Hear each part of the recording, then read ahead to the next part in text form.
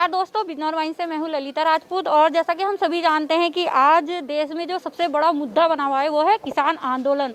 जो सरकार ने बिल पारित किए थे 3, उन्हें काले कानून बताकर जो है किसान लगातार प्रोटेस्ट कर रहे हैं दिल्ली में। तो हमारे यहाँ से बिजनौर जिले से भी किसान वहाँ पर जाते रहते हैं, आते रहते हैं। तो आज हम आए हुए हैं ग्राम ये शादीपुर है यहाँ पर। तो यहाँ के जो कुछ किसान भाई हैं वो 3 दिन से दिल्ली के आंदोलन में भाग ले रहे थे और वो आज ही अभी यहाँ पर लौटे हुए हैं। तो आइए आज हम उनसे बातचीत करके जानते हैं जो दिल्ली में आंदोलन हो रहा है उसकी क्या स्थिति है और इसकी ज़मीनी हकीकत क्या है। ये सारी बातों से हम आज आपको इस वीडियो के माध्यम से रूबरू कराएंगे। तो आइए उन किसान भाइयों से हम थोड़ी सी बातचीत कर लेते हैं। तो आइए सबसे पहले हम अपने किसान भाई जो हैं उनका परिचय कर लेते हैं। तो सर सबसे पहले बताइए क्या नाम है आपका? मेरा नाम रणवीर है, गांव शादीपुर है हमारा।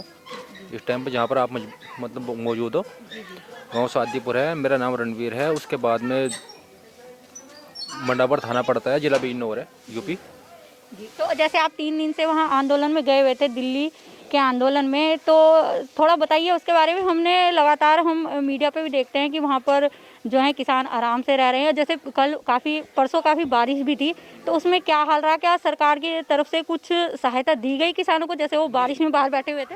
सरकार की तरफ से कोई सहायता नहीं दी गई है। अपना जो बंदोबस्त था किसानों का, अपना उसी हिसाब से अपने आप ही जो भी था किसानों का पूरा बंदोबस्त था। अच्छा, किसानों का ही बंदोबस्त रहा उसमें।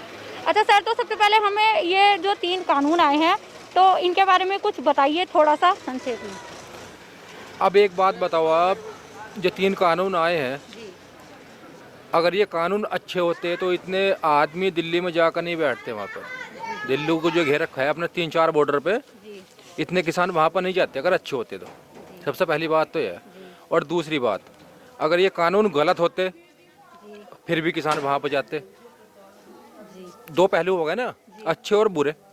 तो बुरे नहीं है और अच्छे भी नहीं है। अच्छा। हाँ, तो मतलब कुल मिलाकर जो किसान वहाँ पर बैठे हैं 3-4 बॉर्डर पे, ये बुरे ही हैं, इसीलिए किसान वहाँ पर बैठे हैं। अच्छा, बुरे हैं। हाँ, बुरे हैं। अच्छा। तो सर लेकिन हमने ये सुना है कि कुछ किसान इसके जो है मतलब कुछ किसान तो इसके विरोध में हैं, लेकिन कुछ लोग जो है आंदोलन कर रहे हैं पक्ष में भी, हरियाणा के किसान, हमने ऐसा सुना है। तो इसका क्या कारण है? फिर आधे किसान मतलब कुछ तो विपक्ष में है तो कुछ पक्ष में क्यों गए इसका कारण बता सकते हैं आप? चलो, हरियाणा, यूपी, पंजाब जो भी हो गया, एक आदमी से एक बार पूछ लो कि अच्छे हैं कि बुरे हैं। पूछ लो एक बार, कोई भी, बहुत सारे आदमी खड़े हैं यहाँ पे, एक बार पूछ लो। वो बीजेपी वालों ने भेज रखे हैं मैडम अपने। किसान कोई नहीं है, बाकी 3-4 लाख किसान हो। अच्छा। ऐसा कोई वो नहीं। वो किसके आदमी हैं, उनकी सोच अलग है, हमारी अलग है। जी। है नी? हर व्यक्ति की, हर बात में सोच अलग अलग होती है। ऐसा नहीं बोल सकते हम कि हाँ बीजेपी वाले हैं, उनकी सोच अलग है, हमारी अलग है। जी। अच्छा, जैसे हम भी न्यूज़ देखते हैं तो उसमें दिखाया जा रहा है कि सरकार बातचीत के लिए बुलाती है, फिर कोई समझौता नहीं हो पा रहा है। जैसे अब 8 तारीख में फिर से है। चलो कोई बात नहीं, जी। समझौता नहीं हो रहा, उसके बाद में 26 जनवरी वहाँ परेड में जाएंगे। अच्छा, समझौता नहीं हो रहा, लेकिन मतलब किसान क्या चाहते हैं? इस जो कानून है इसमें संशोधन चाहते हैं या बिल्कुल वापस लेना? हमारे जो राकेश टिकैत जी हैं उनका एक ही कहना है, एक बार को संशोधन का तो मतलब ही नहीं है। बिल्कुल एक बार को रद्द होंगे तो ठीक, नहीं तो हमारे पास में राशन बहुत पड़ा हुआ, आज आए थे हम, कल को फिर जा रहे। अच्छा, अगर मान लीजिए अगर किसान जो हैं, अगर किसानों की जो मांगे हैं अगर नहीं मांगी जाती है, सरकार द्वारा नहीं मानी जाती हैं, तो फिर आगे क्या? 26 जनवरी की परेड आ रही। अच्छा, तो 26 जनवरी की परेड में क्या किया जाएगा? मैं खुद एक फौजी आदमी हूँ। 26 जनवरी की परेड में अपने गांव वालों को भी ले जाऊंगा, आस पास में भी एक बार को थोड़ा सा निमंत्रण दूंगा, सब चलेंगे हम वालों को। हमारे राकेश टिकैत जी हो गए, वो लेकर हम सबको वहाँ जाएंगे। अब अगर वो भी नहीं जाते तो उसके बाद में 26 जनवरी के बाद में एक फॉर्मूला और हमारे पास में है। वो बताना चाहेंगे हमें? नहीं, अभी नहीं, बाद में बताएंगे। हमारे अध्यक्ष जी बताएंगे। अच्छा, अध्यक्ष जी बताएंगे। हाँ, अध्यक्ष जी बताएंगे हमारे। अच्छा, तो अच्छा हमारे चैनल के माध्यम से आप कुछ कहना चाहेंगे सरकार को? सरकार को इतना ही कहना चाहेंगे, 10-15 दिन पहले एक बात हो रही थी, चाइना पाकिस्तान का बहुत बड़ा हाथ है, बताओ।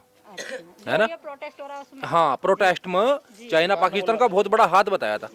चाइना पाकिस्तान को इंडिया में क्यों ला रहे हो? एक बार किसानों की बात मान लो, चाइना पाकिस्तान को तो ऐसे सोच जाएगी। सोचने वाली बात है।